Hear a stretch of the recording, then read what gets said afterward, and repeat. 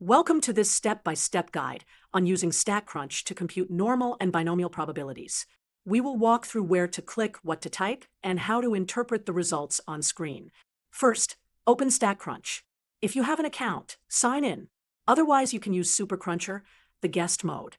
To navigate to the normal calculator, click the top menu Stat, then Calculators, then choose Normal. Now watch the sequence. Stat Calculators, Normal. On the normal calculator, you will see input boxes for mean, which we call mu, and standard deviation, which we call sigma.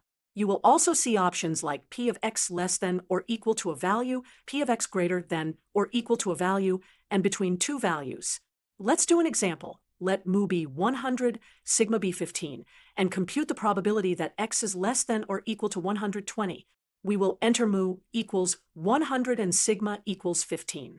We choose p of x less than or equal to x naught and set x naught to 120, then press compute. On the right, the shaded yellow area under the bell curve shows that probability. Two other common queries are p of x greater than or equal to a number and p of x between two numbers. Let's switch the direction to greater than or equal at the same cutoff 120. This right tail area is 1 minus the previous result. Now let's choose a between probability from 90 to 110. The middle band area shows p of 90 less than or equal to x less than or equal to 110. Now let's do the binomial calculator. From the top menu, click Stat, then Calculators, then choose Binomial. Click Stat. Click Calculators to open the drop-down. Choose Binomial. The binomial calculator has two key inputs: n, the number of trials, and p, the probability of success on each trial. You can choose p of x less than or equal to k, p of x greater than or equal to k, p of a between b, or exactly equal. Let's do an example. N equals 10, p equals 0.3, and compute p of x less than or equal to 4. We will enter n equals 10 and p equals 0.3. We choose p of x less than or equal to k, set k to 4, and compute. On the right, the highlighted bars from 0 through 4 show the cumulative probability.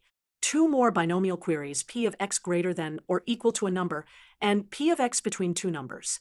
Let's switch to p of x greater than or equal to 6. The highlighted bars from 6 to 10 show that tail probability. Now choose a between probability, say from 3 to 7. The band from 3 through 7 is the probability of being between inclusive. Tips for interpreting the calculator output. Make sure you picked the correct direction. Less than or equal versus greater than or equal. For between, type both endpoints. For normal, a quick mental check is to compare your answer to a familiar bell curve picture. For binomial, the highlighted bars help you see exactly which outcomes are counted. That's it. With these steps, you can quickly compute normal and binomial probabilities in Statcrunch with confidence.